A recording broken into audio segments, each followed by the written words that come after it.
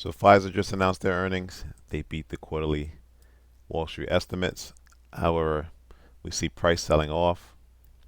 Now, why is price selling off? Well, scroll up to the monthly chart. You can see this massive downtrend line. However, price is at a level that has served as a support level in the past and has pushed price higher. You can see that level being established in 2013. So we're talking 11 years ago. It's worked once, twice, third time, fourth time. Fifth time, you got to bounce. However, this was the level that price needed to close above, and it did not. And so you are getting a retest of that support level at the $26 level. Again, we talked about price being in a downtrend, and you can see that on the weekly chart based on your moving averages as price continues to make lower highs and lower lows.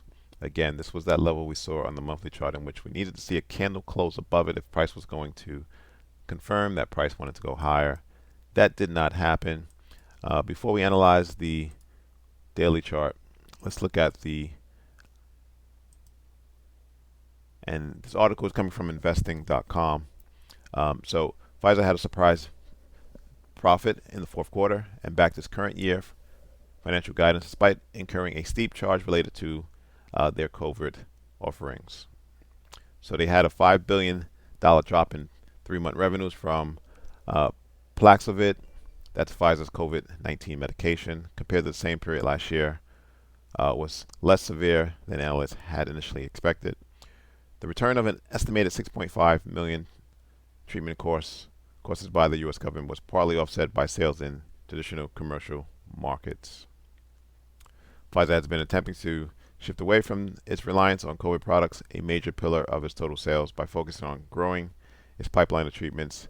So this was all the rave a couple of years ago, when the economy was somewhat closed. COVID was still an issue, but things have gotten better over the past, say, 12 to 18 months.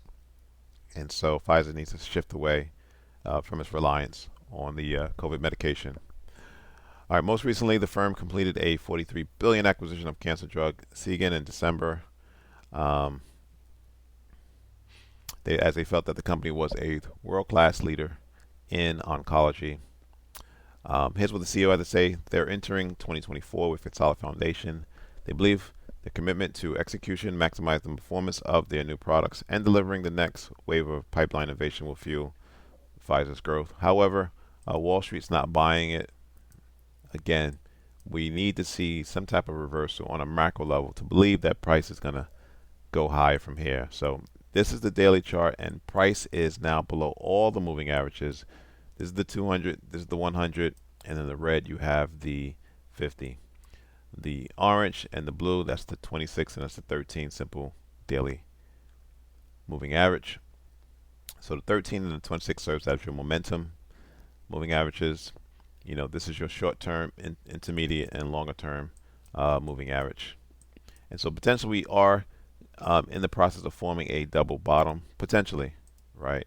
As we saw on the monthly chart, this is a massive support level. So what is price going to do next? I do at least anticipate it forming a double bottom, right? And as it forms a double bottom, it's going to fill any remaining unfilled buy orders. And I'm looking for a bounce to the $30 level. Again, this is a short-term setup. I do want to see the RSI above 40, and I do want to see volume kick in if this setup is going to work. Again, this is a short-term target at 30, but unless we go into a vicious recession, I don't anticipate Pfizer bouncing higher in the intermediate and longer term. Thanks for watching. Subscribe. Please like the video.